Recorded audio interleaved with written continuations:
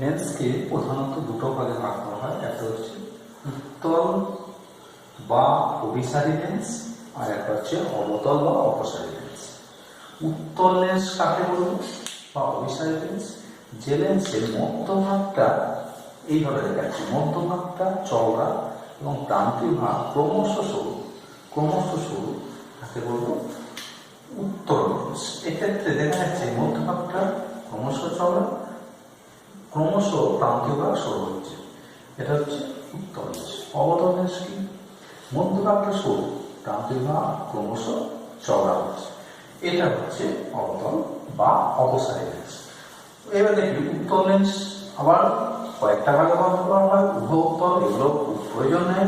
উভয় দিকে উত্তল, সমতল উত্তল, একটা সমতল, একটা সমতল, একটা অবতল, একটা অবতল উত্তল, এটা অবতল, এদিকটা উত্তল। ঠিক তেমনি অবতল বা অপসারী লেন্সকে প্রধানত তিন ভাগে ভাগ করা হয়। উভয় দিক অবতল, উপ অবতল, সমতল অবতল এবং উত্তল অবতল, এই কটা ভাগে ভাগ করা হয়। নেক্সট চলে আসে আমরা লেন্সের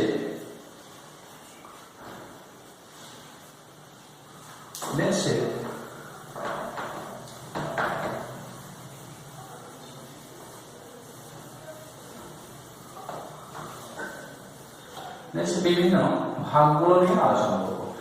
উত্তল লেন্স বক্রতা কেন্দ্র কাকে বলে, এইগুলো নিয়ে পরপর আলোচনা করব। এটা গোলক, এগুলো কেন্দ্র C1 আর এগুলোকে কেন্দ্র C2। এই দুটো গোলক থেকে যদি কেটে আমরা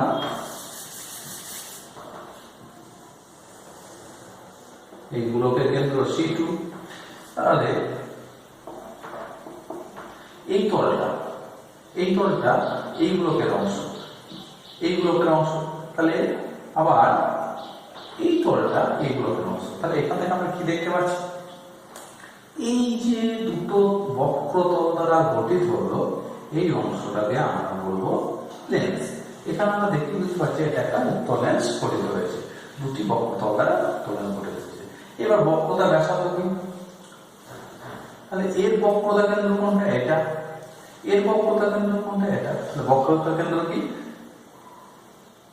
লেন্সের কোন একটি তল যে গোলকের অংশ সেই গোলকের কেন্দ্র, এটা এই গোলকের কেন্দ্র, আবার এই বক্রতলের বক্রতা কেন্দ্র, আবার এই গোলকের কেন্দ্র এটা, এর বক্রতা কেন্দ্র কোনটা? এটা। তাহলে এই তলটার বক্রতা কেন্দ্র কোনটা? C1, এই তলের বক্রতা কেন্দ্র C2। বক্রতা কেন্দ্রকে আমরা প্রধান অঙ্ক। বক্রতা ব্যাসার্ধ কি? গোলকের ব্যাসার্ধটা কি? বক্রতা ব্যাসার্ধ বলবো। এটাকে আমরা বলতে পারি এই তলের বক্রতা ব্যাসার্ধ। আমরা এইভাবে এটাকে বলতে পারবো না, এর বক্রতা ব্যাসার্ধ R1, এর বক্রতা ব্যাসার্ধ R2। দুটো বক্রতা কেন্দ্র যোগ করে যে কাল্পনিক সরলরেখা আমরা পাবো তাকে আমরা বলতে পারি প্রধান অঙ্ক। তাহলে এটা হলো প্রধান অঙ্ক। এটা কি? প্রধান অঙ্ক।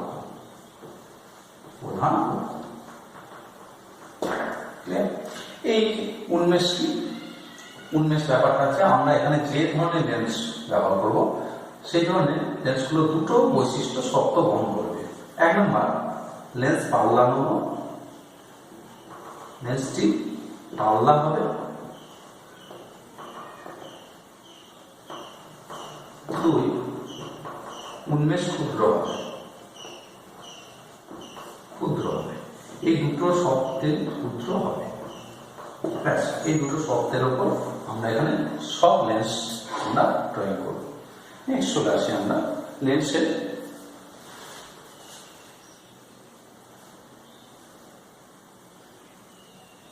আলোক কেন্দ্র। লেন্সের বিভিন্ন অংশ, এবার আলোক কেন্দ্র কি আমরা দেখব।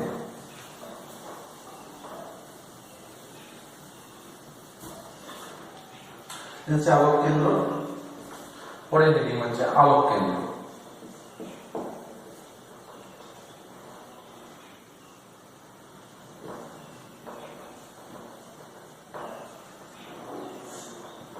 আলোক কেন্দ্র বলছে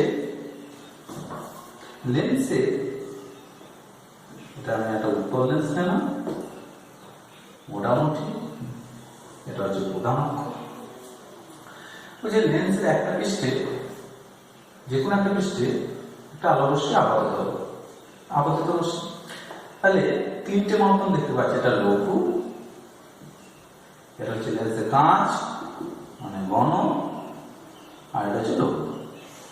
তাহলে প্রতিসরণ ঘটনাটা দুবার ঘটবে, লঘু থেকে ঘনতে প্রবেশ করবে তখন একটা প্রতিসরণ হবে। প্রতিসরণ হওয়ার সময় লঘু থেকে ঘনতে প্রবেশ করলে এই তলে বক্রতা ব্যাসার্ধ, যদি এই বক্রতা কিন্তু যদি এটা হয় তাহলে এই বক্রতা ব্যাসার্ধ মোটামুটি এটা, আমরা যদি বক্রতা ব্যাসার্ধ স্পর্শকের উপর লম্ব হয়, তাহলে এখানে আপাতন কোনটা হবে, এইটা। প্রতিসরণের পর ঘন মাধ্যমে প্রবেশ করছে, আর বেঁকে যাবে,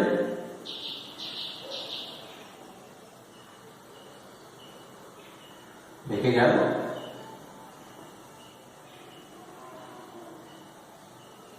তাহলে এটা এই মাধ্যম দিয়ে আসছে, এসে আবার এখান থেকে নির্গত হচ্ছে, কারণ এখানে প্রতিসরণ হবে, মাধ্যমে পরিবর্তন হচ্ছে, মাধ্যমে পরিবর্তন হচ্ছে মানে প্রতিসরণ এখানে ঘটবে। প্রতিসরণ ঘটবে মানে অবিলম্ব থেকে দূরে সরে যাবে, যাওয়ার উচিত ছিল এদিকে দূরে সরে গেল। তাহলে এই ক্ষেত্রে লেন্স থেকে দুটো তলে দুবার প্রতিসরণ হচ্ছে, একবার হচ্ছে এখানে প্রতিসরণ হচ্ছে লঘু থেকে ঘন, ঘন থেকে লঘু, দুবার প্রতিসরণ হচ্ছে। আলোক কেন্দ্র বলছে যে এই যে রশ্মি দুটো যে লেন্সের মধ্যে প্রধান অক্ষের উপর এমন একটা বিন্দু আমরা আছে, যে বিন্দুতে আলো রশ্মি নির্গমন হলে বা আপতিত হলে রশ্মি কোনো চ্যুতি হয় না। আরেকভাবে আমরা সংজ্ঞায়িত করতে পারি, আপতিত রশ্মি, নির্গমন রশ্মি যদি পরস্পর সমান্তরাল হয় তবে লেন্সের মধ্যে দিয়ে প্রতিষ্ঠিত রশ্মি প্রধান অক্ষরে যে বিন্দু, প্রধান অক্ষ এটা আর এইটা, অর্থাৎ দেখা যাচ্ছে এই রশ্মিটা আর এই রশ্মিটা যে বিন্দুতে ছেদ করছে তাকে আলোক কেন্দ্র বলা হয়। তাকে কি বলা হয়, আলোক কেন্দ্র। তাহলে এখানে আলোক কেন্দ্র কোনটা, এটা হচ্ছে লেন্স আপাতত। আর একটা সংজ্ঞায়িত করা যায়, এটা কি, তাহলে কি করা যায়, লেন্সের মধ্যে এমন একটা বিন্দু আছে যে বিন্দুতে আলোক রশ্মি আপতিত হলে তাহলে লেন্সের প্রধান অক্ষের উপর, লেন্সের মধ্যে প্রধান অক্ষের উপর অবস্থিত একটি নির্দিষ্ট বিন্দু আছে, যে বিন্দুর মধ্যে দিয়ে কোনো আলো রশ্মি আপতিত হলে প্রতিসরণের পর আলো রশ্মি কোনো চ্যুতি হয় না। অর্থাৎ চ্যুতি কত, এক্ষেত্রে চ্যুতি ডেল্টা ইকুয়ালস টু 0, সেই বিন্দুটাকে ওই লেন্সের কি বলবো, আলোক কেন্দ্র। এই বিন্দুটা হলো আলোক কেন্দ্র, এই বিন্দুটা হলো আলোক কেন্দ্র।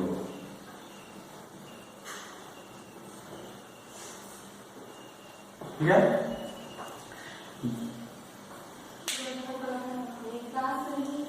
লেন্সে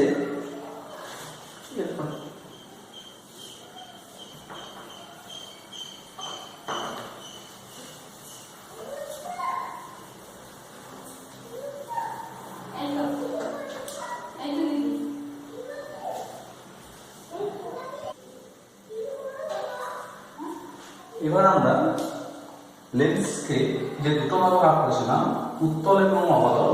উত্তল লেন্সকে বলেছিলাম অভিসারী লেন্স। তাহলে এখানে আলোচনা করব উত্তল লেন্সকে কেন অভিসারী লেন্স বলা হয়। উত্তল লেন্স বা অভিসারী লেন্স, অভিসারী লেন্স, উত্তল লেন্সকে কেন অভিসারী লেন্স বলা হয় এটা আলোচনা করবো। কিচ্ছু নয়, দুটো বিষয় মনে রাখবে, লেন্স আর কিছু নয়, লেন্স হচ্ছে কতগুলো, এটা উত্তল লেন্স, প্রধান অক্ষ। লেন্সকে আমরা ছোট ছোট ভাগে ভাগ করে নিতে পারি। এই যে লেন্সটা আমরা দেখছি, এই লেন্সটাকে আমরা কতগুলো প্রিজমের সমষ্টি ধরতে পারি। ভেবে দেখো তো, এটা একটা প্রিজম,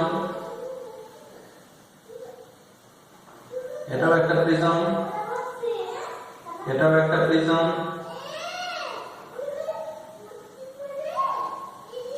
এটাও একটা প্রিজম, এটাও একটা প্রিজম। আমরা জানি কতগুলো আলো রশ্মিতে আপতিত হয়, সমান্তরাল আলো রশ্মি।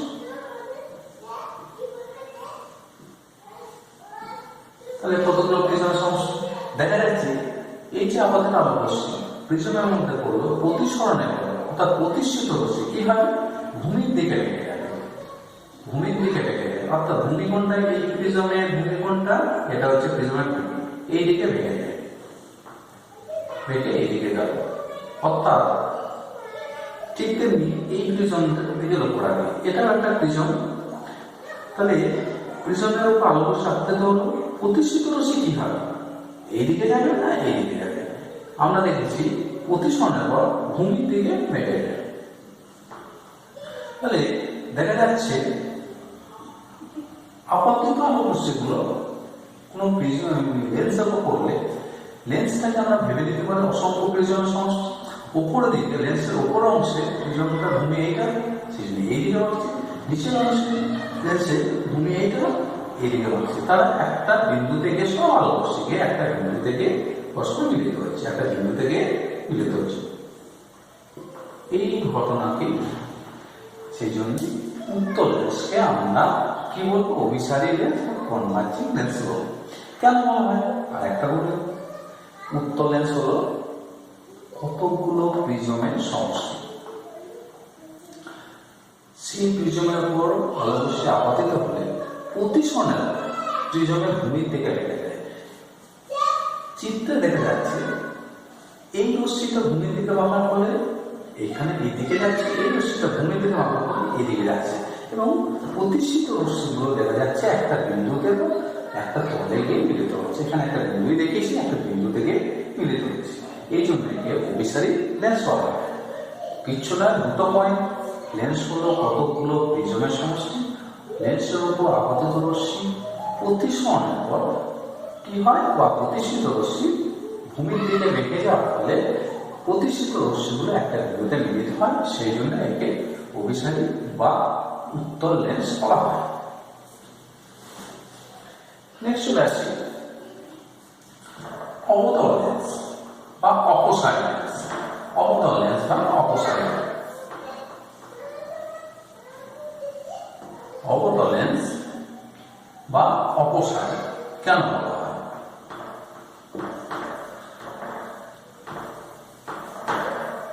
লজিকটা একই, বারবার বলছি লজিক্যালি একই।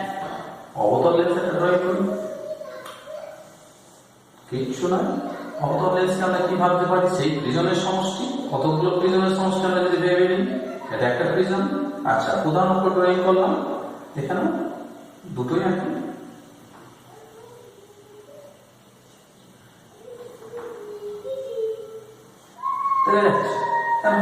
প্রিজম, এই যে প্রিজমটা পেলাম, এই প্রিজমটা এর মাথা কোথায়? অর্থাৎ এর শীর্ষবিন্দুটা এখানে আছে, এই প্রিজমের শীর্ষবিন্দুটা এখানে আছে। তাহলে চারটা আলোক রশ্মি যদি আপতিত করি, প্রতিসরণের পর কি হয়? এই যে আলোক রশ্মিটা, এর ভূমি কোণটা, এর ভূমি হচ্ছে এটা, এই দিকে বাঁকবে। এই যে আপতিত রশ্মি প্রতিসরণের পর কোন দিকে যাবে? এই প্রিজমটার ভূমি কোণটা, এই প্রিজম যে যেটা দেখিয়েছে ভূমি কোণটা এইটা, এই দিকে বাঁকবে। এই দিকে উপরে যে প্রিজমের ভূমি এটা, ব্যাস এই দিক থেকে যদি আমার চোখটা রাখি, তখন আমি দেখবো কোনো একটা বিন্দু থেকে রশ্মিগুলো নিঃসরণ হচ্ছে, কোনো একটা বিন্দু থেকে রশ্মিগুলো এড়িয়ে আসছে। অর্থাৎ এগুলোকে আমরা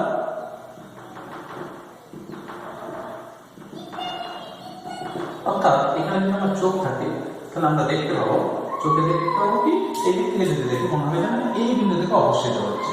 অর্থাৎ ঘুরিয়ে ভাবি, অবতল লেন্সকে কেন অভিসারী না বলে অপসারী বলা হয়? অবতল লেন্স হলো কতগুলো প্রিজমের সমষ্টি, যে প্রিজমের উপর আপাতিত রশ্মিগুলো প্রতিসরণ ঘটে, কিন্তু প্রতিসরণ ঘটার পর তারা ভূমির দিকে বেঁকে যায়, ফলে তারা একে অপরের থেকে দূরে সরে যায়। যদি আমরা সেই দিক থেকে আমাদের চোখ রাখি, তবে আমরা দেখতে পাবো রশ্মিগুলো কোনো একটা নির্দিষ্ট বিন্দু থেকে অপসৃত হচ্ছে বলে মনে হচ্ছে।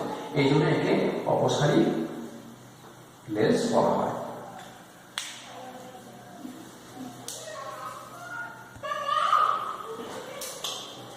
আমরা এবার লেন্সের ফোকাস, ফোকাস তল এবং ফোকাস দূরত্ব, এই তিনটে বিষয়ের উপর আলোচনা করব। দেখেন ফোকাস কি প্রথম সেটা বুঝবো। আমরা দুই ধরনের লেন্সের ক্ষেত্রে সেটা দেখে নেব। এটা উত্তল লেন্স। উত্তল লেন্সের ক্ষেত্রে একবার দেখে নিই। বলছি উত্তল লেন্সের উপর যদি সমান্তরাল রশ্মি আপতন করা হয়, উত্তল লেন্সের উপর সমান্তরাল রশ্মি আপতন করলে প্রতিসরণের পর দেখা যাচ্ছে তার একটা নির্দিষ্ট প্রধান অক্ষের উপর একটা নির্দিষ্ট বিন্দু থেকে মিলিত হচ্ছে। প্রধান অক্ষের উপর একটা নির্দিষ্ট বিন্দু আছে, যে বিন্দুতে তারা মিলিত হচ্ছে। এইটা হচ্ছে লেন্সের ফোকাস। লেন্সের ফোকাস। উত্তল লেন্সের ফোকাস কি? ফোকাসের যদি সংজ্ঞা হয়, উত্তল লেন্সের উপর প্রধান অক্ষে সমান্তরাল রশ্মি আপতন করা হবে, প্রতিসরণের পর তার একটা প্রধান অক্ষের উপর একটি নির্দিষ্ট বিন্দু থেকে মিলিত হবে। সেই নির্দিষ্ট বিন্দুটাকে উত্তল লেন্সের ফোকাস আমরা বলব। দেখা যাক অবতল লেন্সের ক্ষেত্রে কি হবে।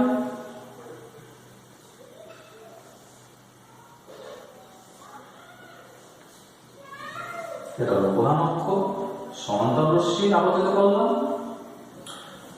দেখা যায় অবতল লেন্সের ক্ষেত্রে কি হয়, রশ্মিগুলো অভিসারী নামে অপসারী হয়।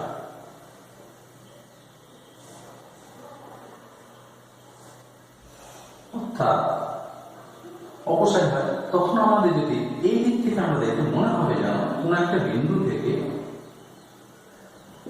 অপসৃত হচ্ছে, সেই বিন্দুটাকে অবতল লেন্সে ফোকাস করা হয়। ফোকাসের সঙ্গে একদম আমরা দেখে নিচ্ছি। উত্তল লেন্সের ক্ষেত্রে প্রধান অক্ষে সমান্তরাল রশ্মিগুচ্ছ আপতিত হলে প্রতিসরণের পর প্রধান অক্ষের উপর অবস্থিত একটি নির্দিষ্ট বিন্দুতে মিলিত হলে সেই নির্দিষ্ট বিন্দুটাকে বলবো উত্তল লেন্সের ফোকাস। অবতল লেন্সের ক্ষেত্রে কি, প্রধান অক্ষ সমান্তরাল রশ্মিগুচ্ছ আপতিত সমান্তরাল রশ্মিগুচ্ছ প্রতিসরণের পর তারা সমান্তরাল না থেকে পরস্পর কি অপসৃত হচ্ছে। কিন্তু আমরা যদি এই দিক থেকে দেখি মনে হবে যেন এই রশ্মিগুলো কোন একটা বিন্দু থেকে অপসৃত হচ্ছে, সেই বিন্দুটাকে অবতল লেন্সে কি বলবো, ফোকাস। দেখা যায় উত্তল লেন্সের ফোকাস আবার দুরকম। আমি যদি এই দিক থেকে সমান্তরাল রশ্মি পাই, এইদিকে মিলিত হল, এইটাকে প্রধানত দ্বিতীয় মুখ্য ফোকাস বলা হয়। একে দ্বিতীয় মুখ্য ফোকাস।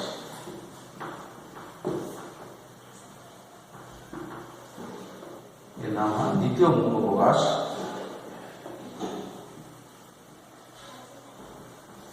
এর ক্ষেত্রে একটা দ্বিতীয় মুখ্য ফোকাস।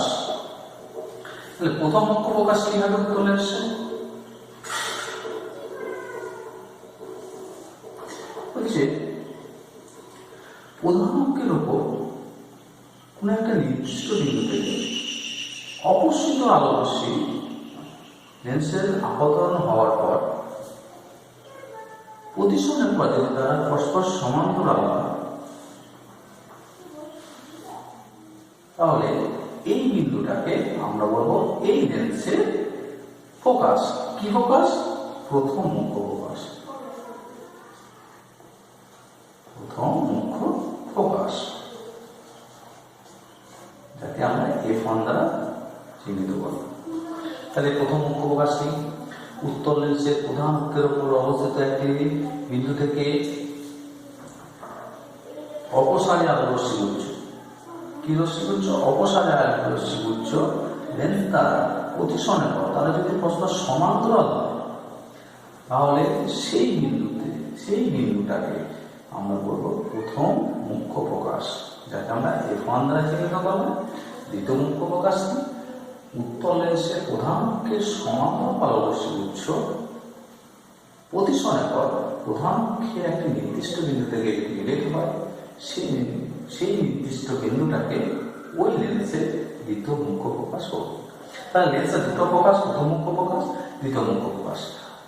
অবতল লেন্সের ক্ষেত্রে এটা হচ্ছে দ্বিতীয় মুখ্য ফোকাস, আর প্রথম মুখ্য ফোকাস কি হবে? এইদিকে আছে প্রথম মুখ্য ফোকাস। লেন্সের তাহলে দুটো ফোকাস, কিন্তু আমরা ফোকাস বললে দ্বিতীয় মুখ্য ফোকাস কি আমরা ফোকাস হিসাবে ধরে রাখবো।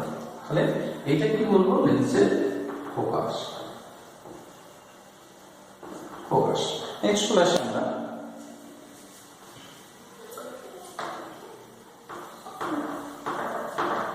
ফোকাস স্থল। ফোকাস স্থল কি দেখেন, খুব তাড়াতাড়ি দেখেন আপনি। ফোকাস স্থল কি? লেন্স, প্রধান অক্ষ, সমান্তরালরশ্মি ফেললে সমান্তরালরশ্মি ফেললে একটা নির্দিষ্ট বিন্দুতে মিলিত হবে, যাকে আমরা প্রধান অক্ষের উপর অবস্থিত একটা নির্দিষ্ট বিন্দুতে মিলিত হচ্ছে, যাকে আমরা দ্বিতীয় মুখ্য ফোকাস বা একটু দ্বারা চিহ্নিত করেছি। বলছি যে ফোকাস স্থল কি? এই বিন্দুটা প্রধান অক্ষের উপর অবস্থিত, প্রধান অক্ষের উপর অবস্থিত ফোকাস বিন্দুগামী এবং প্রধান অক্ষের সঙ্গে লম্বভাবে যে তল, এই তলটা এখানে দেখাচ্ছি, এই তলটা হচ্ছে ফোকাস স্থল। তাহলে ফোকাস স্থল কেমন হতে পারে?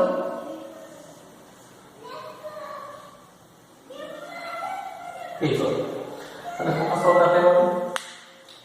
প্রধান অক্ষের সঙ্গে লম্বভাবে হবে একটা শর্ত, দ্বিতীয়ত ফোকাস বিন্দু নাকি যে তল পাবো তাকে বলবো ফোকাস স্থল। এটা হলো ফোকাস স্থল।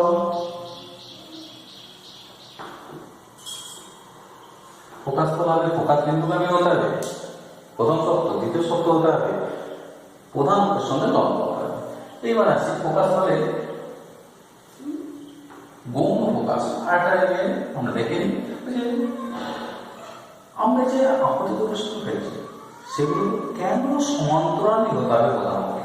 প্রধান অক্ষের সমান্তরাল না হয় যদি এইভাবে সমান্তরাল হতো তাহলে কোথায় মিলিত হতো? প্রতিসনের পর তারা এই বিন্দুতে মিলিত হতো, এই বিন্দুতে মিলিত হতো। তাহলে এই যে দুটো রশ্মি এসে আপতিত হলো প্রধান অক্ষের উপর, এই বিন্দুতে মিলিত হলো, এই বিন্দুটাকে বলবো এর গৌণ ফোকাস। এটাকে কি বলবো? গৌণ ফোকাস। গৌণ ফোকাস। তাহলে দেখা যাচ্ছে ফোকাস মুখ্য ফোকাস। এবার আসছে গৌণ ফোকাস। গৌণ ফোকাস কটা করে? আচ্ছা, এই দুটো রশ্মিটার মধ্যে একটা অ্যাঙ্গেল করে এখানে একটা ফোকাস দিতে পারি, এই দিক থেকে যদি ফেলি এইখানে পেতে পারি। গৌণ ফোকাসের সংখ্যা। তাহলে এখান থেকে আমাদের সিদ্ধান্ত আসে। কি সিদ্ধান্ত এলাম? মুখ্য ফোকাস হলো দুটি, মুখ্য ফোকাস দুটি বা নির্দিষ্ট, কিন্তু গৌণ ফোকাস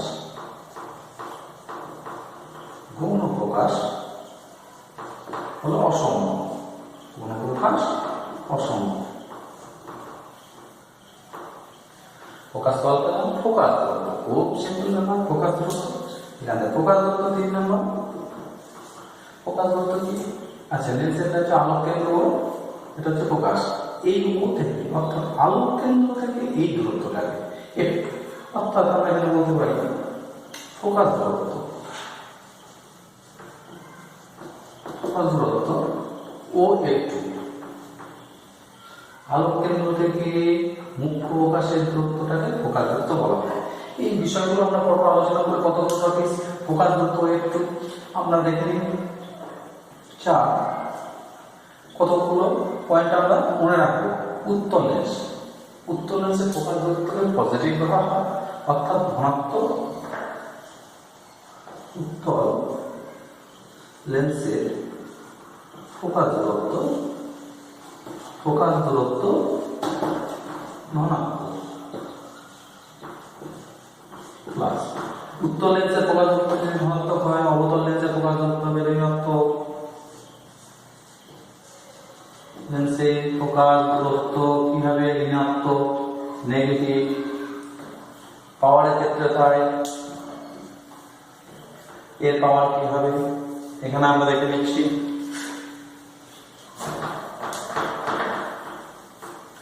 চার নম্বর 5 নম্বর পয়েন্ট, ক্ষমতা। লেন্সের ক্ষমতা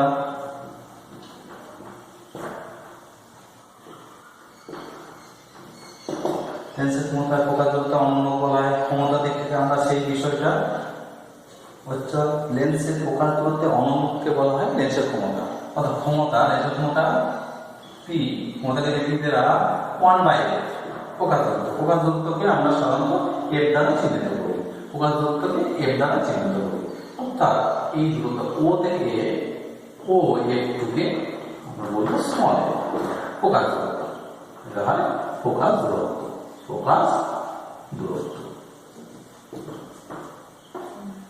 লেন্সের ক্ষমতা পি সমান বক্রতা ফোকাস দূরত্ব অনুমুখ।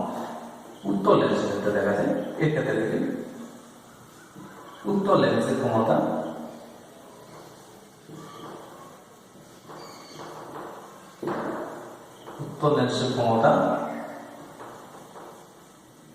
ধনাত্মক, ক্ষমতা হয় প্লাস, অবতল লেন্সের ক্ষমতা হয় মাইনাস। এই কতগুলো বিষয় খেয়াল রাখতে হবে।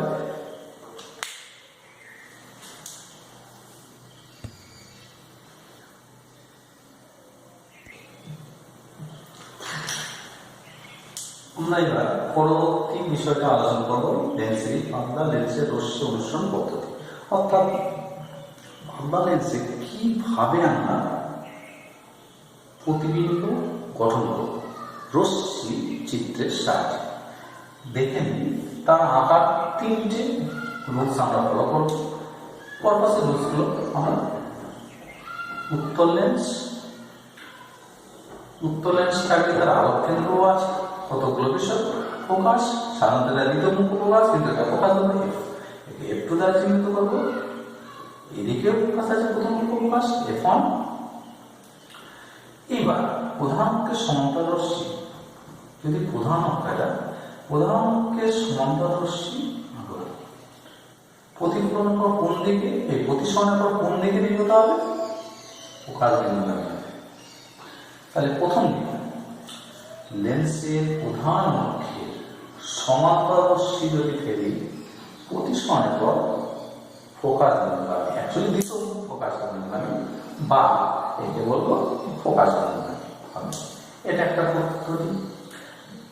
আলোক প্রত্যাবর্তনশীল, যদি উল্টো করে আমরা পাই, আলোককে যদি আমরা ফোকাস দিয়ে পাস করাই, ঠিক উল্টো হবে। অর্থাৎ উত্তর লেন্স প্রধান অক্ষ, এটা F1, ঠিক তেমনি F2, এটা আলোক কেন্দ্র।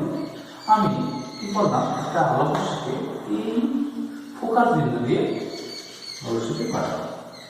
তাহলে এটা আলোকিত রশ্মি, প্রতিসরণের পর কি হবে, সমান্তরাল, প্রতিসরণের পর সমান্তরাল হবে।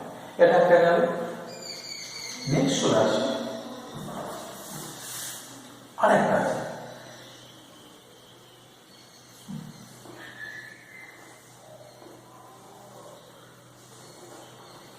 এটা হচ্ছে প্রধান অক্ষ, আলোক কেন্দ্র। আমরা আগেই দেখেছি আলোক কেন্দ্রগামী রশ্মি প্রতিসরণের পর কোনো চ্যুতি হয় না, বিনা চ্যুতিতে আলোক রশ্মি লেন্স থেকে প্রতিষ্ঠিত হয়। তাহলে আলোক কেন্দ্রগামী রশ্মি কোনো চ্যুতি হয় না। আর একটা আছে, সেটা রশ্মি অনুসরণ পদ্ধতি, এটাই শেষ।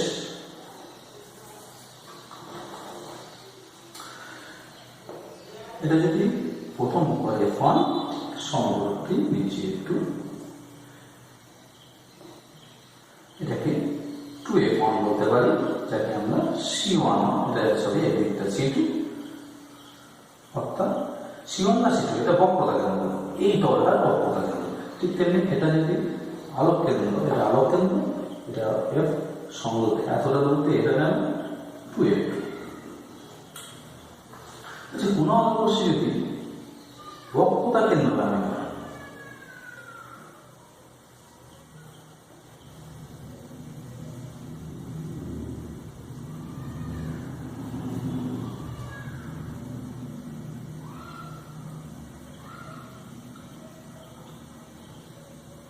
সরি এখানে যথেষ্ট, এটা দরকার নেই, এটা দরকার নেই।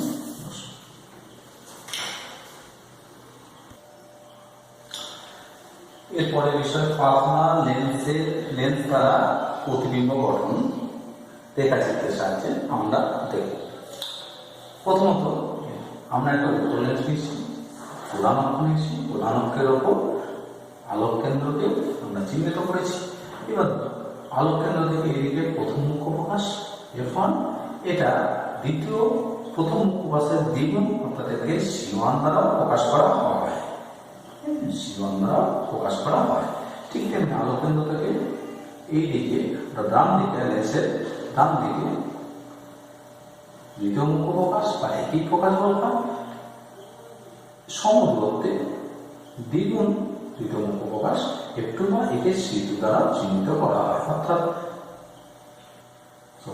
এটা হচ্ছে F1 2F1